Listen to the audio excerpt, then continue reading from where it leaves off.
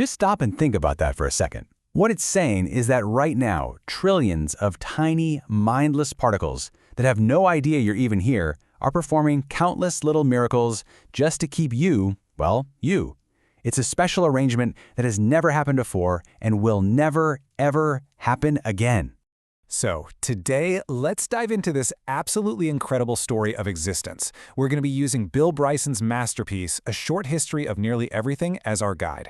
And trust me, we are going on a journey from literally nothing at all to, well, to us. And let's start right there, with the absolutely mind-boggling improbability of your own life. Because for you to even be here listening to this required a chain of biological luck that is just staggering to think about.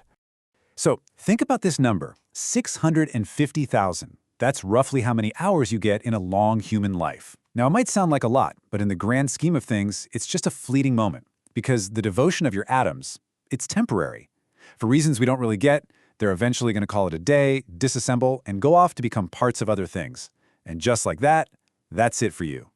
And that's the real question, isn't it? I mean, where did all this stuff, the stuff that makes you, originally come from?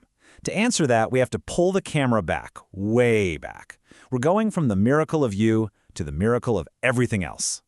Believe it or not, the atoms that make you, I mean literally you, were born in two of the most unbelievably violent events the universe has ever known. It's this epic two-part origin story that starts at the very beginning of time itself. So how do you build a universe? Well, it all starts with this tiny point of pure energy, a singularity.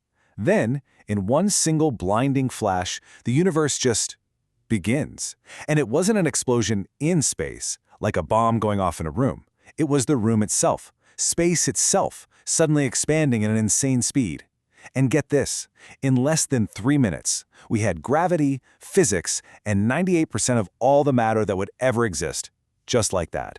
So for the longest time, the Big Bang was, just a theory. A really good one, but a theory. The proof? It didn't come from some massive planned experiment. Nope. It came from this annoying little sound that two radio astronomers just couldn't seem to get rid of. This is one of my favorite stories in all of science. Back at 1965, these two guys, Arno Penzias and Robert Wilson, were being driven absolutely crazy by this persistent hiss in their giant communications antenna. They checked everything, they taped every seam, they even cleaned off what they very politely called white dielectric material, which, let's be honest, was just bird poop. But nothing worked. The hiss was still there. Turns out they had accidentally stumbled upon the cosmic microwave background radiation, the literal ancient echo of the Big Bang itself. Okay, but here's the thing. There's a big problem. The Big Bang created all the light and simple stuff, hydrogen, helium. But it didn't create the heavier stuff, like carbon, nitrogen, oxygen, the very elements that are essential for life, for us. Forging those requires the kind of insane heat and pressure you only get in a Big Bang, but there was only one of those. So where did the rest of the elements come from? Well, the answer, it turns out, was in the stars. When a really massive star dies, it doesn't just flicker out. Oh no, it goes out in an unbelievable blaze of glory called a supernova. These explosions are the universe's cosmic forges, creating all those heavier elements and blasting them across the cosmos, ready to form new stars, new planets, and eventually, you and me. To give you an idea of the power we're talking about, listen to this. 1 trillion hydrogen bombs going off at once. And get this, that quote comes from a guy named Reverend Robert Evans, an Australian minister who became one of the greatest supernova hunters in history, spotting these cosmic explosions from his back deck with a homemade telescope. Just remember, every atom in your body that isn't hydrogen was forged in an event just like that. Incredible. All right, so we know where the atoms came from. Now let's zoom the camera back in, way back in, to our own little rock floating in space. Once scientists figured out we were living on a world literally made of stardust, the next big challenge was to try and understand that world itself. Think about it. How do you even begin to measure a whole planet? For centuries, this was one of the biggest questions in science. It kicked off this amazing era of grueling expeditions and absolutely brilliant thinking as scientists tried to take the measure of our planet.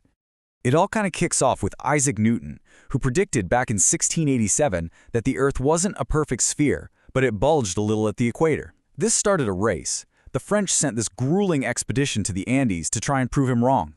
But as you can see, another team up in Scandinavia ended up proving Newton was right all along. It all led to this wild attempt to literally weigh a single mountain. And then, finally, in 1797, one man succeeded in weighing the entire planet. And yeah, all these incredible, almost unbelievable stories of scientific adventure, they're all pulled from our source today, Bill Bryson's fantastic book. It's just full of gems like these. But that final, critical piece of the puzzle, actually weighing the Earth with any kind of precision, that was done by a man who might just be the most brilliant and, frankly, bizarre figure in the history of science. Let me introduce you to Henry Cavendish. This guy was a certified genius, but he was also painfully, cripplingly shy. We're talking about a man who would literally flee from guests if they tried to compliment him. He only talked to his housekeeper through written notes. He even built a separate staircase in his house just so he wouldn't have to bump into anyone. He discovered hydrogen, a huge deal, and then just didn't tell anyone for years. He was just doing the work for himself. And yet, this is the guy. This is the reclusive man who finally gave us the weight of the world. And with that amazing piece of knowledge, humanity's gaze turned back up to the stars, armed with a totally new sense of our scale and our place in the cosmos. But this is where the story gets pretty humbling.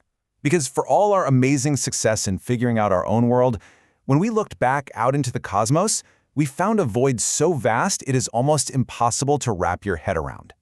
So sure, there could be millions of other advanced civilizations out there in our galaxy alone. But scientists estimate the average distance between any two of them is at least 200 light-years. To put that in perspective for you, if our nearest neighbors had a telescope powerful enough to see us right now, they wouldn't be seeing you. They'd be watching what was happening on Earth over 200 years ago. And this gets to the great paradox of our existence, right? The universe is overflowing. We're talking 140 billion galaxies, more stars than there are grains of sand on every beach on Earth. And yet, and this is the kicker, the space between everything is so immense that for all practical purposes, we are totally, completely alone. Which all leads to this simple but incredibly profound thought from the great Carl Sagan. The chance of being on a planet, near a star, in a habitable zone, it's less than 1 in a billion trillion trillion. Our world, our existence, it's an almost impossible treasure. I mean, think about the journey we just took. From a single, tiny point, we got an entire universe. From the dust of dead stars, we got a world. And from that world, we got beings who could look back at those same stars and figure it all out. The journey of discovery is so far from over. So what do you think is next?